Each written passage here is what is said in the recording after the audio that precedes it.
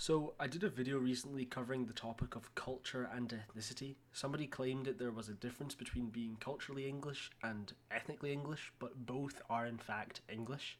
So, say for example, Rishi Sunak, he is ethnically Indian, but he comes to this country and he wears a suit in the rain with an umbrella, and therefore he's culturally English. And that although these two things are different, both are in fact English. And I kind of try to debunk that claim. Now, there's another claim which I think is slightly better, and it's often used by the left wing, which is to say that there's a difference between ethnicity and nationality. So, ethnicity in this concept is typically referring to your bones, your genes, who you really are.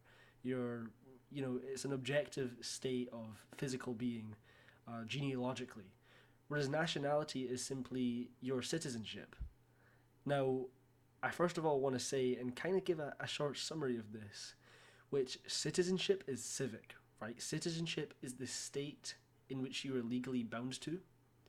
Nationality is referring to nation. Nationhood and state is two very different things. But I'm gonna start here. This is a script I've already written, and I'm gonna read off of that from now on. So, we're gonna start here. I'd like to completely ignore the already established definitions for nation, nationality, and ethnicity. The meaning of words are constantly changing, and as nationalists, it is important that the language we create and make the mainstream consensus are beneficial to our cause of ethnic preservation and prosperity. After all, words are subjective and we should use them to our benefit. When people claim ethnicity and nationality are different, what they are really saying is, I believe that Indigenous Brits being replaced does not matter because anyone with a British passport is just as British as you are. They will say that although they are British in a different way, ultimately they are British. This view is flawed and simply is a means to justify the ethnic cleansing of indigenous groups of Britain that they believe to have historically been evil colonizers as a part of revenge identity politics. Now, the implications of words matter hugely.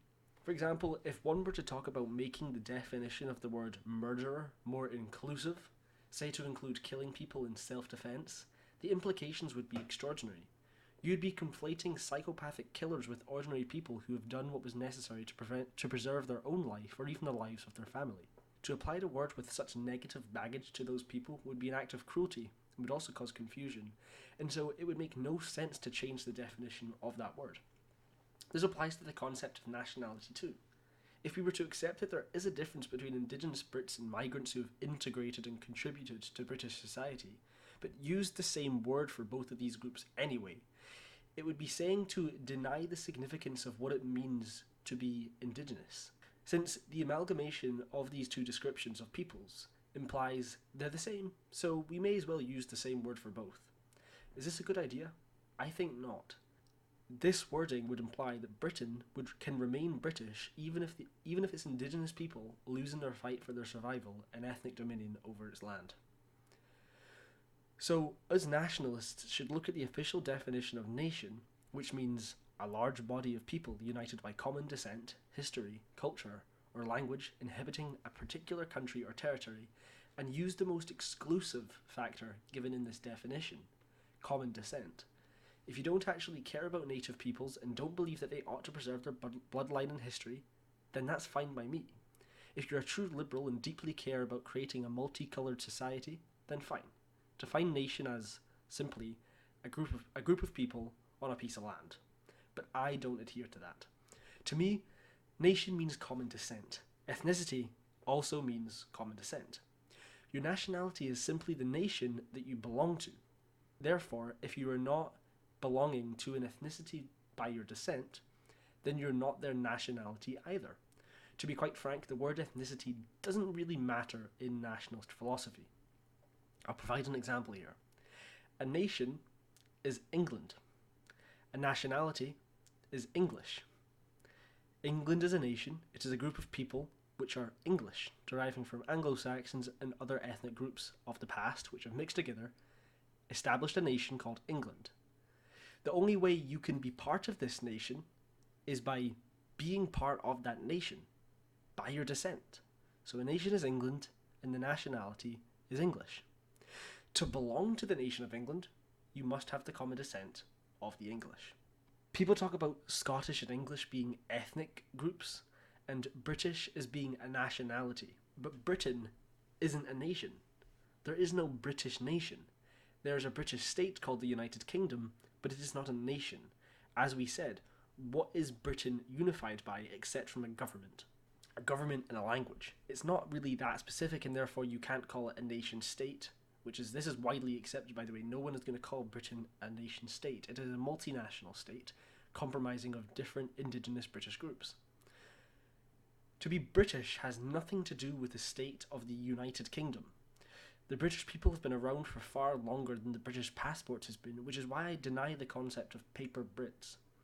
Think of Britain as in the term primary colour, and English, Scottish and Welsh as red, green and blue.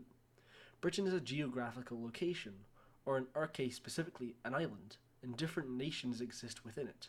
If Scotland were to gain independence, they would still be British. They may not identify themselves as such, the same way that Scots wouldn't identify themselves as European, but the truth is that they are. It is the same way in which Norwegians and Swedes are both Scandinavian, despite there being no unitary Scandinavian state.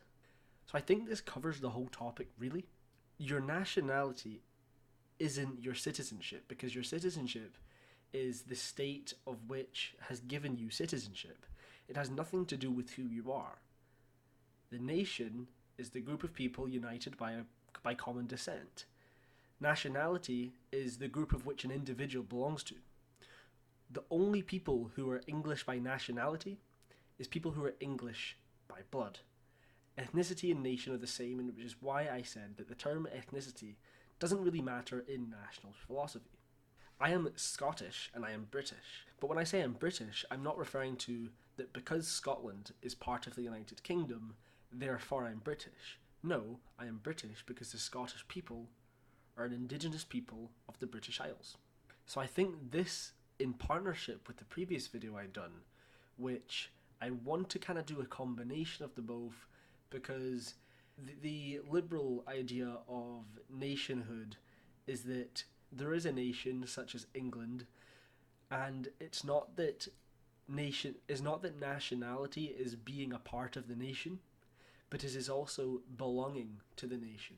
You fit in, and this is where the whole culture argument comes from. If they've integrated, then they've sort of become part of that nation. They have left their tribe for our tribe, which is why people often talk about marrying into the tribe and how that might make you British. I still deny this for a magnitude of other reasons, again, due to implications and other logical factors. But I think that settles this video for today, in that nationality, British isn't a nationality. People say that. It's not true. What nation is Britain? Britain isn't a nation. So yeah, I hope you learned something from this video. That is really the goal. You can see in my YouTube bio, making nationalists, I don't know, more intelligent. I can't remember what it is, but it's making nationalists more intelligent through every video. You should be able to argue for your case, and you should be able to argue in favor for your own people. So thank you very much for watching, and I'll see you another time.